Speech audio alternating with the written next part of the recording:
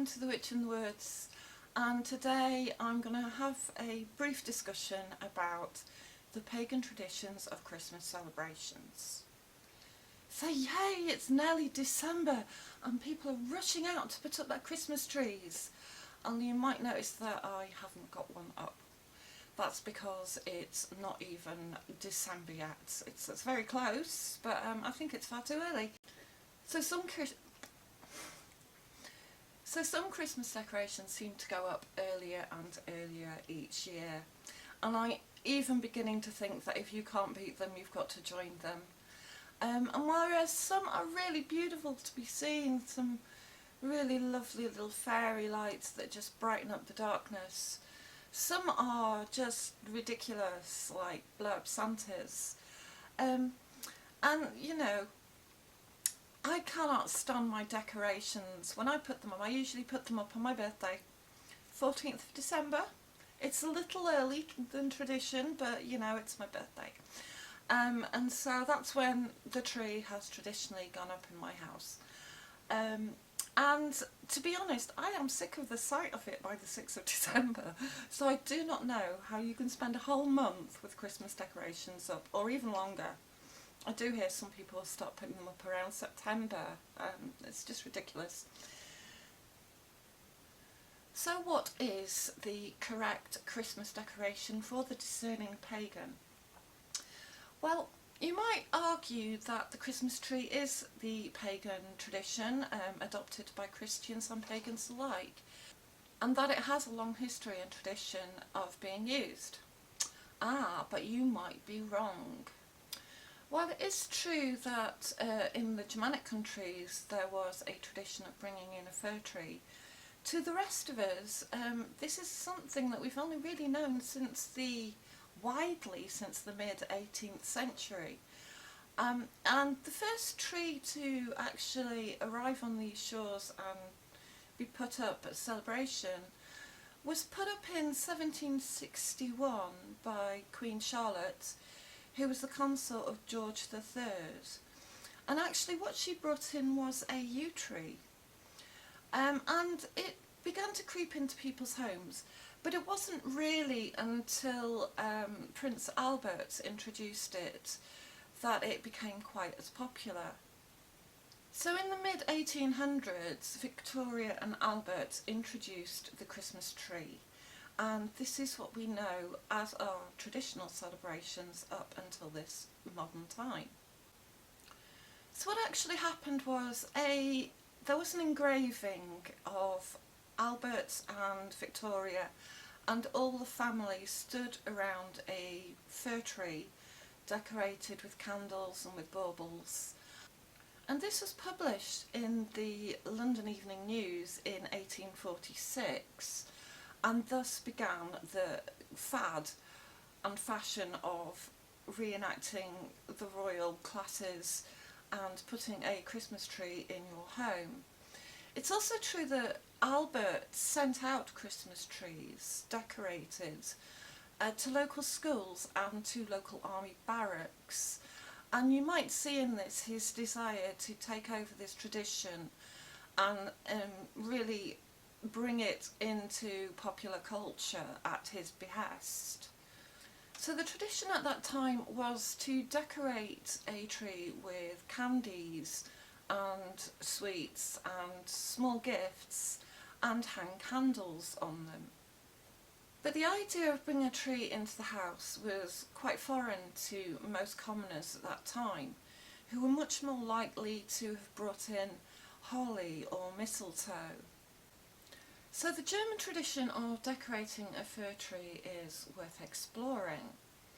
It seems this tradition may actually go back to the Egyptians, and it was documented that the Egyptians would bring in palm leaves to the temples of Ra at winter solstice. So at the winter solstice, the Egyptians would decorate the temple of Ra with evergreen boughs of palm. And the idea was that Ra, who was the sun god, the consort of Isis, was at his weakest point at this time. And so bringing in these evergreen boughs would give him strength and a promise of the return of his strength and the vegetation again. So in Rome, Saturnalia was a feast for the god Saturn, and he was the god of agriculture, and in honour of him the Romans would bring in evergreen boughs into their homes and decorate their homes with wreaths, which is where we get our tradition of hanging a Christmas wreath on our door. So too, the Druids decorated their temples with evergreen boughs, and particularly sacred to them was the mistletoe. And the mistletoe in Norse society was sacred to the god Baldur, and in honour of Baldur at Yule, the Norse would use mistletoe as evergreen and bring that into their homes and decorate their temples with it too. So there are many associations with bringing in evergreen boughs into your home at winter solstice, and the ones that I actually believe to be true was that it offers the home to the nature spirits, inviting them into your house in the winter when vegetation in the outside world is dead and frosted over. And so from this tradition we hang the evergreen tree, or the evergreens, with offerings of food, and this is why we put the fairy on the top of the tree.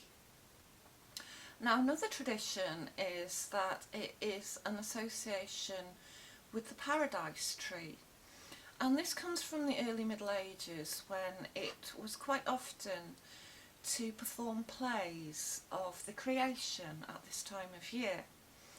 And while performing these plays, they would set up what was called the paradise tree, and this was a pyramid structure made of woods on which were placed, tied onto it, evergreen branches, and the tree was then decorated with golden apples and with candles. So strangely enough, the clergy actually considered this to be acts of heathenry, and so it wasn't long until this tradition was banned. And so the saying goes that the people would secretly bring the boughs into their house so that they could still worship and create their own traditional rituals, but do it in privacy and secrecy. The candle at the top of the tree, or the star at the top of the tree, represents the winter sky and the heavens at this time. It may particularly relate to the North Star, or in Christian tradition the star that the prophets followed to find the baby Jesus. Now, one other story of this is that the candles on the star were introduced by Martin Luther, who, if you don't know, is a very prominent figure in Germanic religion and the Lutheran Church, which is particularly potent over Europe.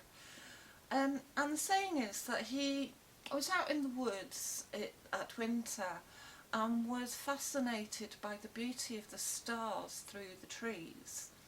And so he brought a fir tree into his home and decorated it with small candles to represent all the stars. But despite all the Christianisation of these traditions, they were actually quite hated by a lot of the clergy. And it is said that Oliver Cromwell himself, who was a strict Puritan, really disliked any of the traditions of Christmas. In fact, he preached against all acts of bringing in evergreen boughs, singing Christmas carols, or in fact anything joyous to do with the most solemn and pious season of Christ's birth. And he preached particularly against the traditions of bringing in the Yule log and decorating your home with holly and with mistletoe. So before the advent of the Christmas tree, these were the traditional ways to celebrate Christmas, and this involved bringing into your home holly, ivy, mistletoe, as well as other green boughs such as bay, laurel and red apples. Now the red apples relate to the festival of the wassail, which occurred around about this time, just a little after the winter solstice. And it is thought that the Victorians actually introduced the concept of the Christmas tree as a much more genteel way of celebrating Christmas, as opposed to the raucous and bawdy tradition of wassailing at this time. So, before the Christmas tree, it was actually much more common to bring a kissing bough into your house. And a kissing bough was several hoops tied together to form a ball. Now traditionally you could make it with 4 hoops and 1 horizontal hoop to hold it together, and it would then be decorated with holly, ivy, mistletoe, apples and general greenery.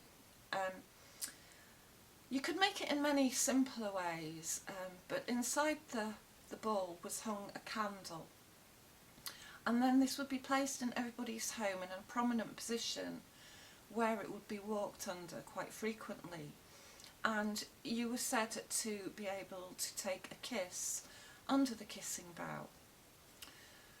Now these must have been placed in homes around about Christmas Eve, as traditionally it is extremely unlucky to bring holly into your home before Christmas Eve. This is why I will not show you how to make one, because I am not bringing holly into my house, although I do plan to bring some holly in this year. So the holly represented the masculine and the ivy represented the feminine. So too it could be said that the red apples, which were very often hung from the top on red ribbons, would represent the feminine, and the mistletoe, which was hung from the bottom, would represent the masculine, and inside was lit a candle. Of course, a lady could never refuse a kiss if she was asked beneath a kissing bough, as this would not only bring bad luck, but make her the lady to never be married, or definitely not to be married in that year. And so the associations of the kissing bough were with fertility and prosperity, and quite often they would be hung in the servants' quarters in more genteel houses, where the servants would enjoy carousing underneath them, but the ladies and gentlemen were considered a little bit too refined for those traditions in later ages. And it was said that as each kiss was taken, a red berry would be plucked from the holly, and when all the berries had been plucked, all the kisses had run out. So the time to take down your Christmas decorations was the 12th night, which is the 6th of January. And it was considered very unlucky to keep your decorations up after this time. Although in some earlier traditions, the decorations actually would be kept in the home until Candlemas, which was the 2nd of February. But it's fallen by the wayside, and we tend to take our decorations down on the 6th of January. Now the reason is that it is very unlucky to keep holly in your house after this time. So all holly, at least, must be removed from your house by the 6th of January. And the reason is that the holly is a very protective plant, and what it signifies is it catches the evil spirits in its thorns, and after this time the holly must be removed and taken away, and traditionally it would be burnt, or if you couldn't burn it, you would at least take it out and leave it out in nature. It was also very traditional in Druidic law to burn holly and ivy together in the Beltane fire, holly being the masculine and ivy being the feminine. So these traditions go way back to pre-Christianity and to the Celtic Druids, and also the significance of mistletoe. was very druidic. It was a sacred plant to the Druids, as it grew neither on earth nor in the heavens. It was considered a magical plant, and it was so sacred that it would be cut down with only a golden sickle.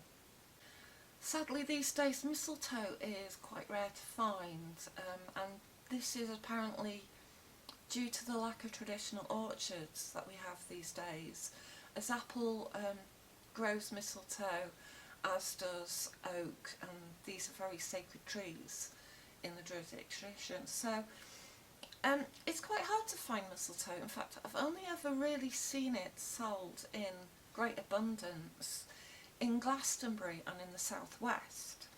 So it's true that it doesn't actually grow everywhere in this country or in many other countries.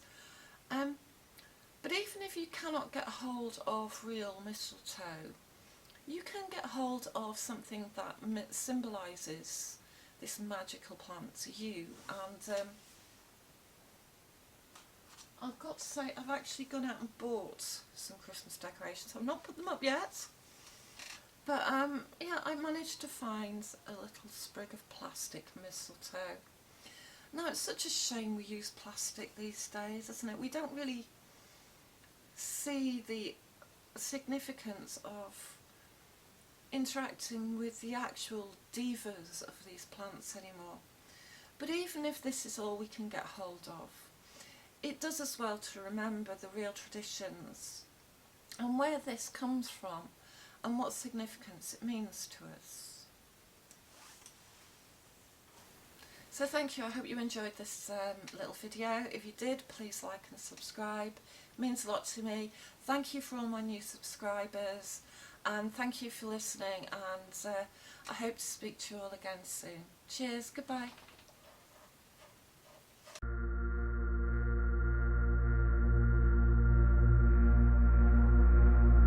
So